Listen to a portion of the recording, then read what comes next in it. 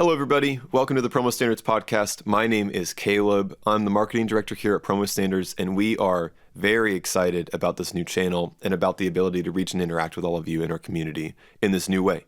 So, what should you expect to find here on the PromoStandards Podcast? Most episodes will be segments from our 2024 Tech Summit. You're going to hear topics from best practices to NetSuite implementation, but today's episode is Intro to PromoStandards. Steve Lewiser is going to be the one taking you through that. He's going to talk through product data and pricing configuration, order processing and automation, some implementation strategies and best practices, and honestly, there's a lot more.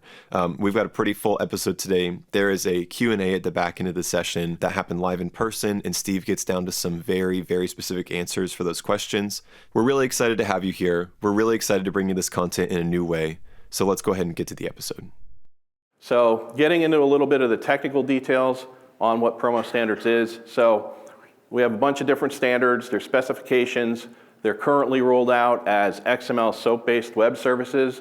There are some different variations of that we're going to be working with. We're going to be modernizing, getting into some JSON and some other things.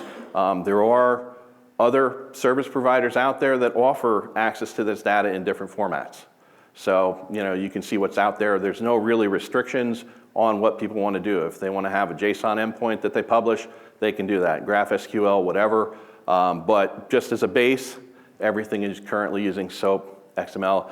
We have documentation that comes with each spec where we go through, we describe all the different methods, the fields, what the fields mean. There's a little bit of guidance. We also have the best practices committee, so I recommend going to their site from the website. They augment the guidance in the document and go a lot deeper with things.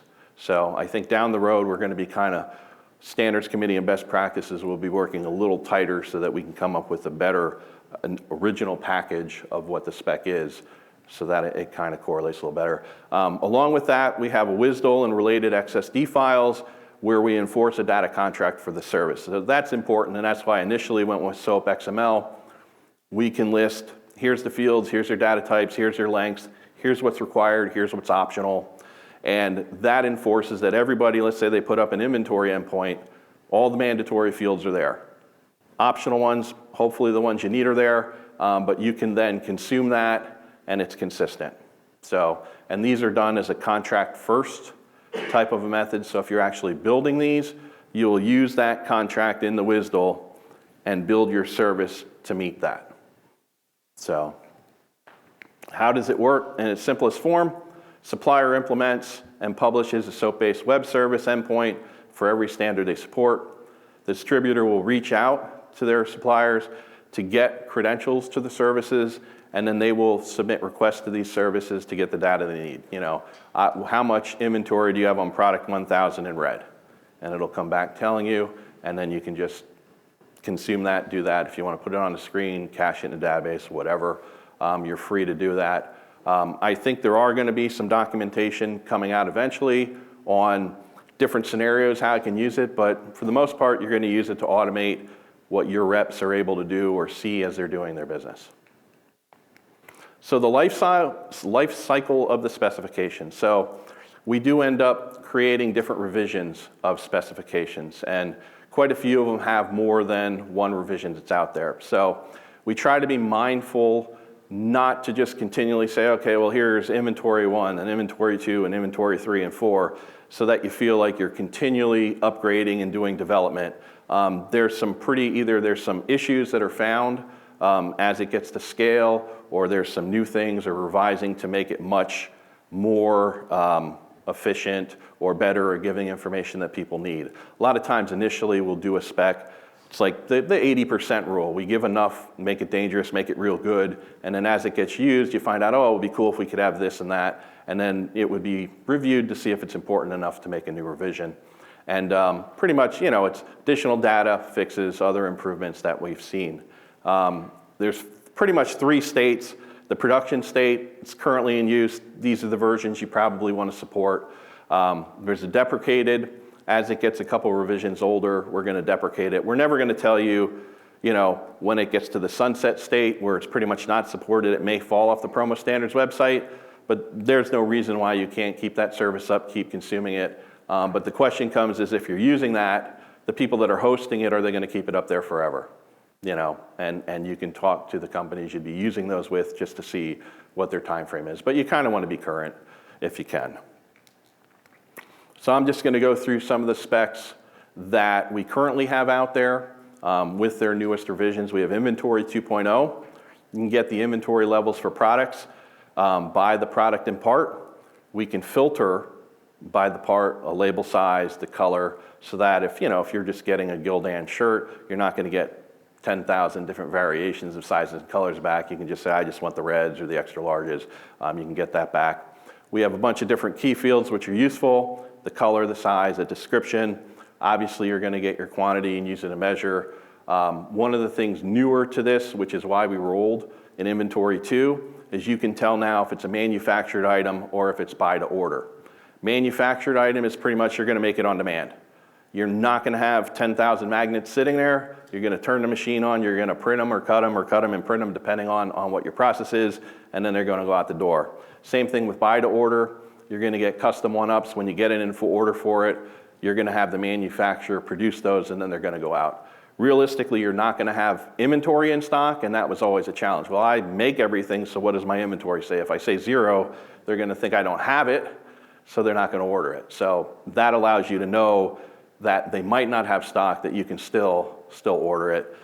With those, we do have a lead time, so you can say, if I need to get these manufactured items, there's a 1-week turnaround or whatever, so that you have some idea on how long it may take when you place the order, where if you're just ordering blank goods that you're going to ship in to decorate, that could potentially be shipped same day or next day.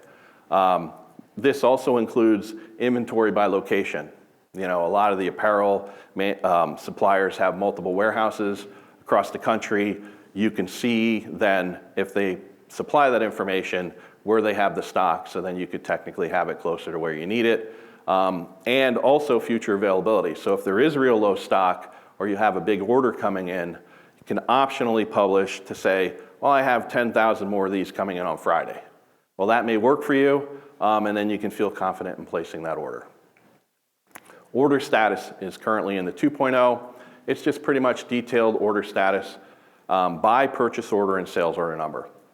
You can filter by the purchase order sales number. You can also see when the orders were last updated or orders with an issue. So there can be with the 2.0, if you have issues, I need a proof, or I need you to approve the proof, I need the artwork, I need the ship to addresses. Obviously, it could be sitting there in storage. I'm not going to be able to ship it out until I have the ship to addresses.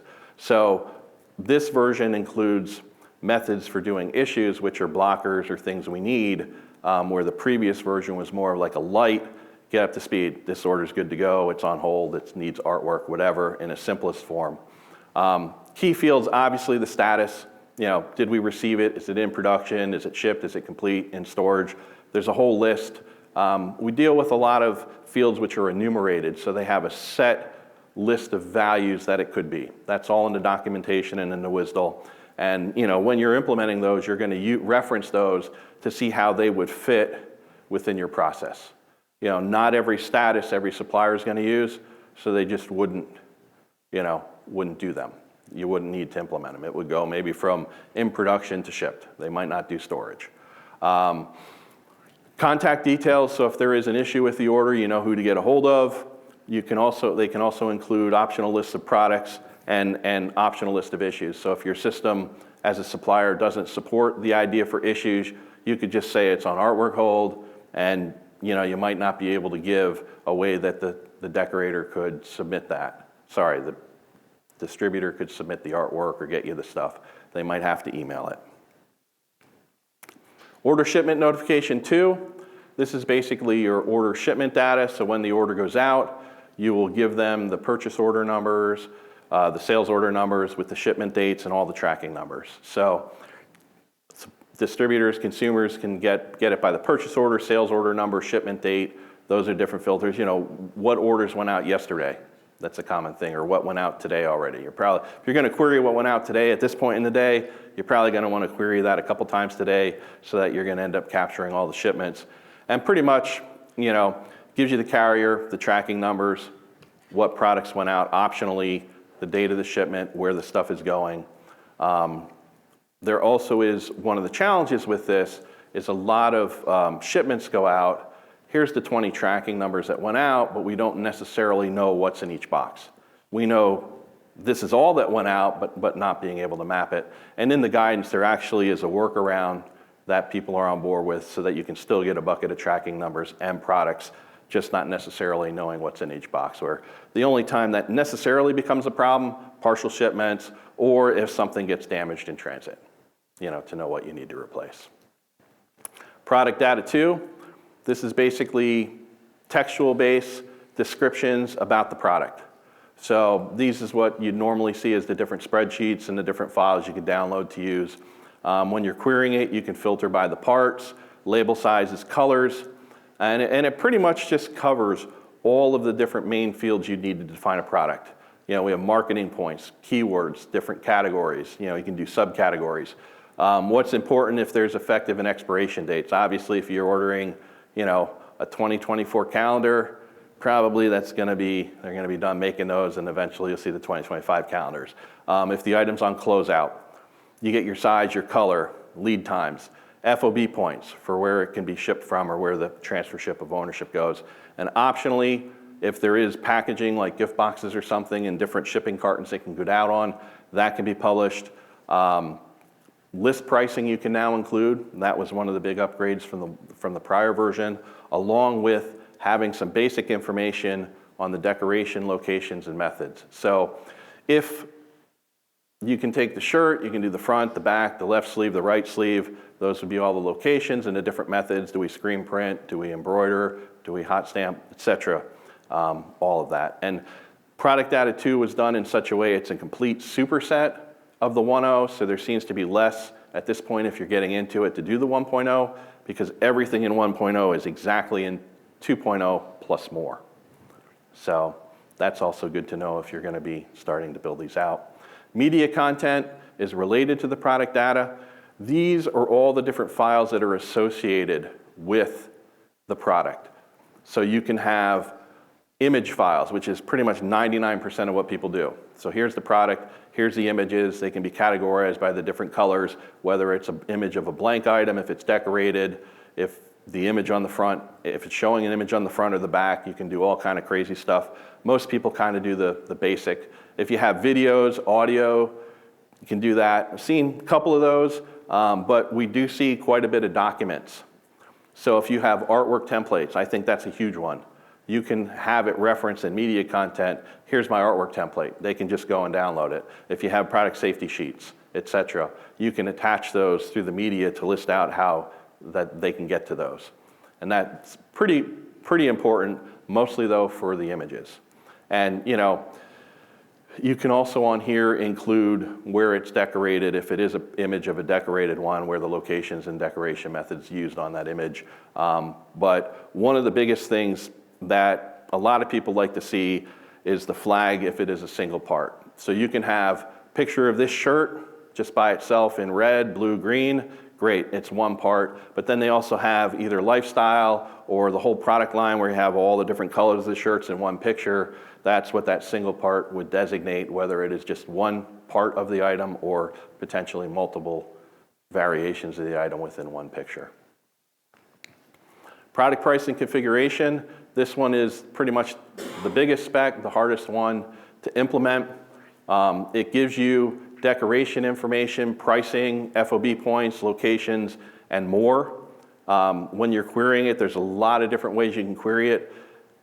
Potentially multiple different currencies, different FOB points, different types of pricing. If there is different countries or languages, don't see too much on the language variation so far, but definitely country. It's pretty much at this point US or Canada, and then you'd be doing US dollars or Canadian dollars. You would have to talk to the people who've implemented, or you would know if the supplier you're dealing with does have those different options, and you'd be able to query accordingly. But with the different pricing types, it supports 3 different types of pricing. You can get the list pricing, the net pricing, or what's called customer pricing. That's pretty much my pricing for the item. So a lot of people like to get the list so they can put that on their website. But then you also get the customer price, where a lot of times you're not, if you're a smaller distributor or whatever, you're new to them, you might just get the equivalent of net, and then you would get net pricing when you say what my customer price is, but you might get EQP or some other different variation on that, and if you request customer pricing, you'd see specifically what you would pay when you order that item. And then with the configuration types, there's pretty much two. Do I want blank items or do I want decorated items? And obviously if you get blank items, you just get the list of parts with how much they cost. If you want decorated, then it goes into the whole idea of here's the locations you can decorate the item, here's the different methods we support, and then here's the charges that apply to that method, and then the pricing, so it filters down. Purchase order. This is one that seems to be a challenge to implement and get good. This is basically where the package for the request coming in would be a purchase order, and that has a lot that the distributor would have to work on, and there's multiple different types. So there's 4 types of POs supported currently. Blank and sample. If you're just ordering blank items, it's pretty easy. You can just say the type is blank. Samples, if you're just wanting samples, they might be free, you might have to pay for them, but you can request samples just within that. And then there's 2 types of POs for decorated items. Simple was put in, it's the easiest way to get started with a PO. It's more like a free-for-all. You're putting all your notes and everything in pretty much comment fields. When that comes in, at least you're doing electronically. Somebody has to get involved to process that, to make that happen. Configured is where it goes down to all the detail. Here are the different part numbers I have specifically. Here's all the locations with their identifiers. I'm gonna do, left chest. I'm gonna screen print. Here's my artwork. Here's all the different stuff. It's very detailed. You need to be able to utilize data that you got from the PPC endpoint in order to do that. So there are quite a few suppliers and quite a few distributors that are at that configured level, but that's pretty much the holy grail where everything can just come in, go right into the system. They can double check the artwork and start producing it. Some key fields, obviously purchase order number and the order date, list of contacts, so then if the supplier needs to reach back out, they can. Product part with quantities, you need to know what you're ordering, and obviously the configured PO has everything in a very granular fashion. Hey, Steve, Yes? going back to the PPC, we know we have a rap video now, right? And Yes. that's important. That's step one. I guess. But why the spotlight on this? And I guess I got from the undertones of that there seems to be great value in this, but maybe not great adoption. Can you share kind of the why behind it? Yeah, pretty much the reason PPC is complicated, a lot of systems don't necessarily store the data to be able to get it out. If you notice on POs, even on orders coming in at suppliers, you'll see all the decoration instructions and everything in this wall of text in a comment field. Well, how do you break that apart into discrete fields that you can act on? And there are ERP vendors, there are systems that are customizable, and people are going through that process to update their systems to better support this. And technically, if you were only selling blank goods, it really wouldn't matter. It would be a piece of cake. And in this industry, the tough part, we got the logistics, but you also have the customization of the items. And that's what becomes the hard part to implement. So I would say is if you are just starting out consuming and you want to send the PO, on the distributor side, you would just probably start off with a simple PO, double check that the suppliers will take them. Most of them do. And then you at least get up to speed and you learn as you get more technically involved with it, then you can work towards consuming the PPC and then, sending that along as a configured PO. But the whole idea is it gives you the great efficiency. Nothing has to be retyped. Some things may fail a validation where somebody has to get involved, but if everything's configured as the supplier expects, it just goes in and can get right into the queue. How many have adopted the PPC? There are, I don't have the exact numbers, but there are, if you go to the website, you can actually see there's, I would assume there's over 100 by now that have that. So invoice, that's not too hard of a one to do. It's basically an electronic version of the invoice, all the different fields that you would need for the invoice. That can allow then to be triple checked, verified, that it can automate your payables process. You can look them up by the purchase order number, invoice date, or the date it became available. So, a lot of times when you're going to integrate with the invoice, you're just gonna maybe every day what were the invoices for yesterday and suck them in, or you can say, maybe you do it a couple times a week, what was invoiced since Monday, so, and obviously, here's just the standard list of fields. You get your date, your amount due, the payment terms, bill to information, sold to if they're different, the different line items if there's charges with all the different quantities, and probably most people here aren't having tax, but if you're doing, PST, GST, there would be information about the tax for that order too. Product compliance, this one was built to support Prop 65. It's made to be extensible down the road, so we can do child safety testing and other tests, but basically Rev 1, there was a huge push for Prop 65. You can get the different list of warnings, applicable chemicals, labeling policies, et cetera, that are specific to Prop 65. I'm not a Prop 65 expert, but that can help. If your company does Prop 65 items, it'd probably be worthwhile to do this. If you don't, or you avoid products that require Prop 65, then there's probably not much need for the service. This one actually came out literally like right before COVID, so it kind of got a little bit lost in the shuffle. There's only a few companies that currently have it, but I can see as things are going, we're probably going to see more companies spinning up these endpoints. So just some tricks and tips. So I would just say become familiar with all the specs. Reference the works published by the Best Practices Committee. Constantly evolving that information as new questions, new scenarios come up. They're putting clarifications on the website. You can get to it.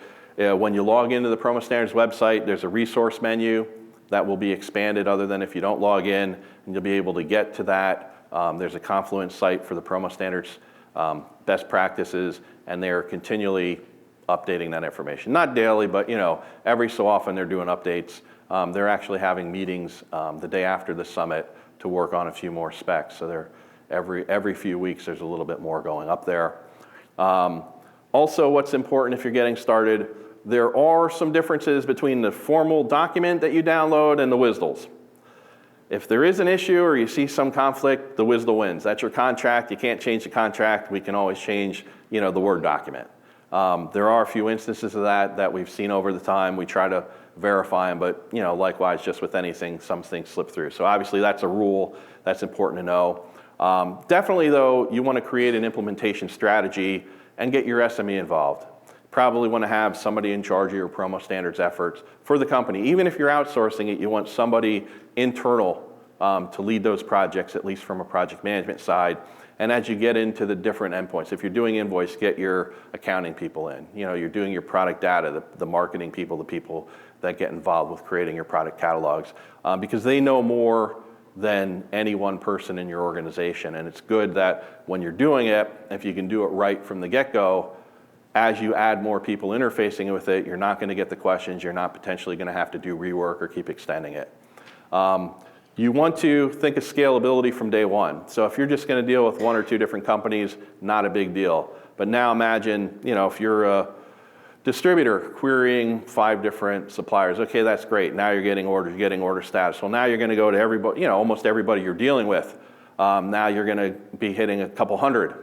Then you're going to be checking product data updates, pricing updates, if you're going to suck all that in. It ends up being a lot. Same thing on the supplier side. If you're having a couple service providers querying your inventory every couple hours to cache it, and then you have, whatever, Halo, Geiger, all those different companies, the big companies with all their subs, they may actually query your inventory every time somebody goes to the web page for a product. So just be aware out of the gate, just keep that in the back of your mind. If you have a 10-year-old server and you're going to put this on, great for some testing, but when you're going to go to production, you want to try to find something that can scale. And just be prepared. Down the road, you may have to scale to something a little bigger. Be prepared to change your internal processes. That's actually important. This gets very detailed.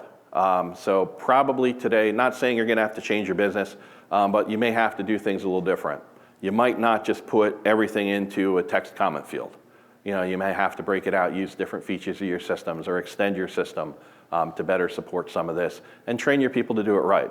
Something simple enough as, it seems important, as when you get a purchase order, tracking the purchase order line number.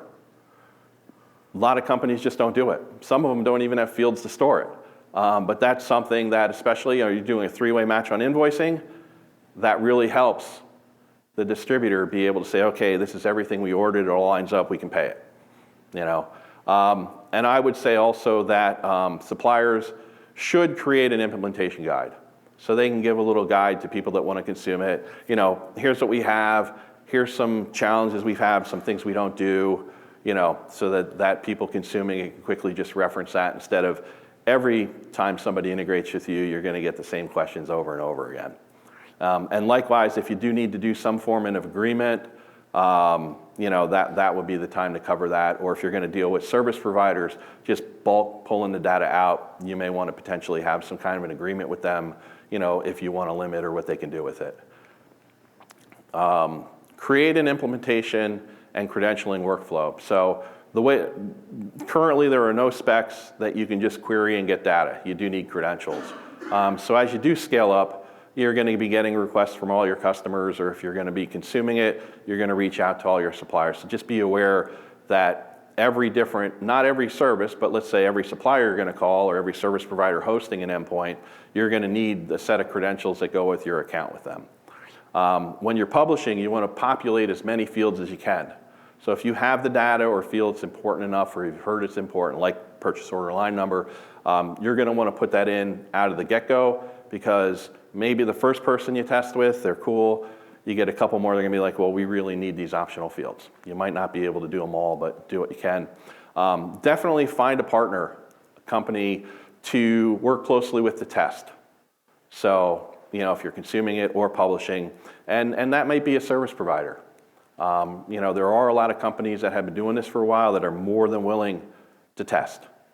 And while you're doing your internal development or even testing, there are quite a few tools you can use. They're a little more low level. PromoStandards has a web service validator that you can go to, that you can call services and see what the results are in the XML format. There's also SOAP UI, Postman, and others.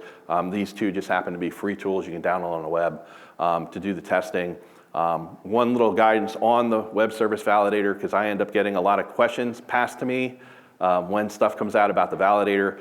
When you go through and you pick, I want to test inventory and I want to test, get availability, there are some different fields for the optional, and it'll be like part color, color 1. Well, obviously, probably no parts have color 1. It's like, why am I getting nothing? It's because, scroll down, look at all the different fields. You can delete them if you're not going to use them, but just make sure that everything in there is populated that you're going to want to query.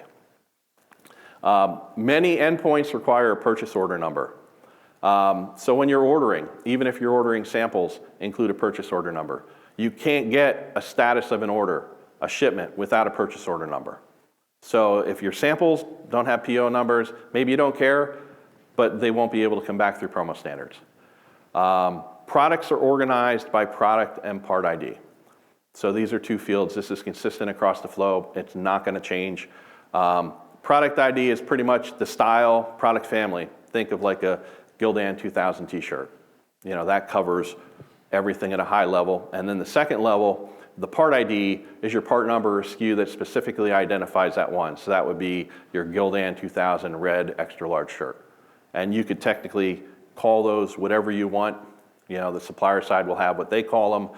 Doesn't necessarily mean when you consume it on the distributor side to put on your website, you don't necessarily need to use the same product and part numbers that the supplier gives you. You can have your own and have it mapped, because there are quite a few items you can get through multiple suppliers. Some services support multiple part groups. So most of the time when you're ordering, you're going to order specific part IDs for the different size colors or different options of a product, or maybe the product only has one option. In those cases, technically the product ID physically could be the same part ID and product ID. Or maybe it has a family with a more specific SKU assigned to it, so that if different variations get assigned down the road, they can just be added. But there are different part groups. So there are some items, like if you have a tumbler, think of a tumbler, you're going to have to specify a part number for the tumbler, a part number for the lid, and a part number for the straw. Some companies will say, here's our 30 variations of all the different colors we have, or some others will say, well, we have 30 colors of tumblers, lids, and straws, and we're just going to let you pick, so you can pretty much have any variation you want. You can kind of build it into one product. And that is also supported through, and that's important to know to take into consideration as you're doing that, to be able to support that you may have to pick more than one part ID to actually create that whole product. And one of the biggest things is you will need to clean up your data.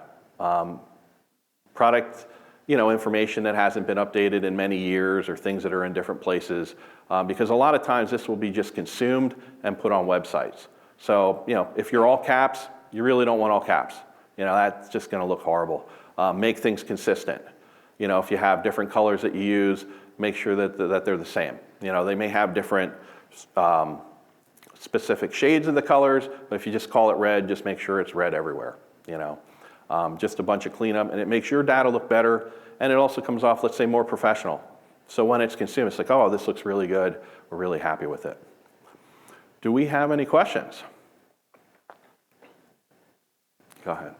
From a distributor standpoint, is there a simple user interface you would recommend for accessing these endpoints? The web service validator gives you a way, but you would have to. There is no, that I'm aware, just some random other tool that you can do to get that information. But all the ones that I showed, they're going to give you an XML feedback. They're very well. You could look for it. I'm not aware, but probably some service providers may have some information on how to do that. They may have a site where you can plug in some stuff and see it in a more human readable format.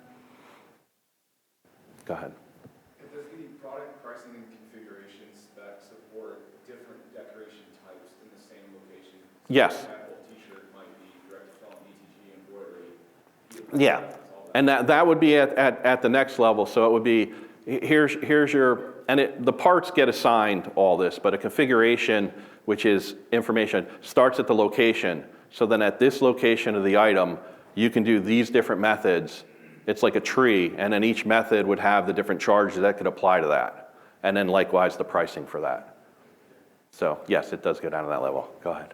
When do you foresee the adaptability of JSON systems that are built on REST? Coming soon. We're currently working on some of the new specs to enable that. This year?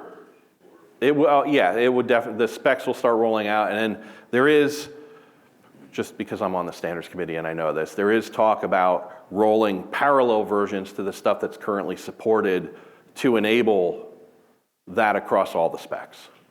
So technically the spec wouldn't change, but the way that you can communicate with it could change. We're still in the preliminary phases of working on that. Go ahead. The validator tool currently is pretty superficial, right? So is there a plan to make it slightly more robust, to check more variants? There has been talk of data quality, but that's kind of subjective a little bit. If you're looking up a product definition, unless you have an expert that knows about that product, if all the fields are populated, you could physically look at it and say, well, that doesn't look like a good description to me, or these categories, subcategories, just don't make any sense. But there has been talk about that, and there is some potential initiative, or maybe some third party may do some kind of certification, potentially. Just a quick follow-up. Yeah. There are things like, for example, if there's a single decoration, it gets returned as an object instead of a single object in an array, right? Yes. Things like that are pretty common. If we just drill down further into what the validator does, that kind of variations could be removed. Yes, and the standards committee is also working on a PPC version 2, where it's going to consolidate and shrink down a lot of that. One of the big things right now is, like for that Gildan, you have maybe 100 different variations of size and color, easily, more like 200. Underneath each one is the pricing for that. And pretty much all your standard colors, small to extra large or 2X, are all going to be the same price. So you're returning that price object 200 times. Well, now we're just going to end up having a link to say, here's your standard price, or your 2X price, or your heather colors, or your dark color pricing, and it's all going to link. So we are optimizing that too. And that's also one of the reasons for that. Plus, there is a lot of feedback. PPC is by far the most complicated one in the back. Any plans to create SDKs for like programming languages? To get started, there has been a little bit of work put out there. I would just say suggest that. Most of the development languages these days, obviously we're going to be giving options to the SOAP REST, but I hear a lot of people complaining, oh, well, it's XML. It's like, well, you're a .NET developer, you do a contract. You say, product.part_id equals this. You don't know what the XML is. Java has tools to create objects from the WSDLs. A lot of the different languages do, where you really don't have to deal with it at that level. If you're debugging something or you want to see it, you can, but you don't really need to even get to that level if you don't want to. Go ahead. Will we ever get to the point where all suppliers use consistent location IDs or location IDs? That would be nice. I don't know when or how, if that would ever happen. Plus then you also get into the item, which is also another complication. If you're selling an item that's a kit, if it's 3 different parts, you may have the same front.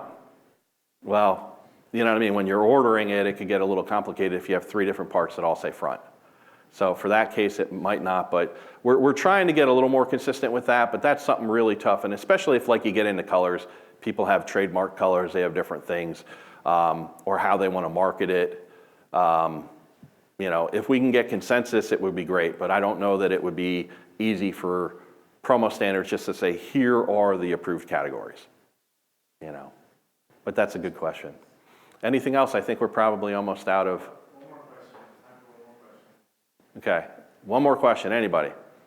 Go ahead up front. At a vacuum level, how does the system ensures data consistency and integrity? And also, how updated is the data usually, pricing-wise? Because, a supplier can modify that.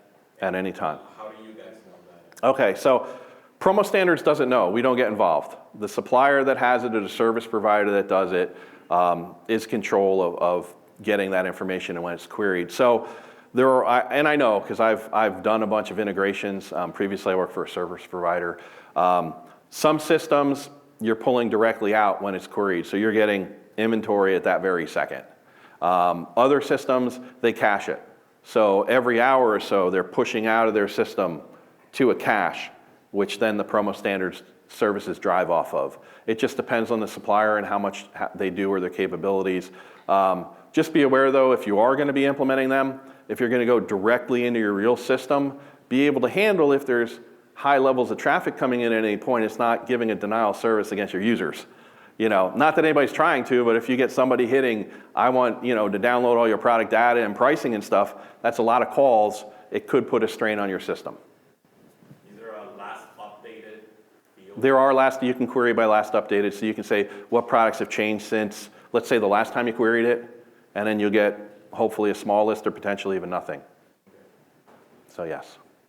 Okay, I think we're out of time. I'm here, obviously, for the whole thing, so definitely network, see people involved.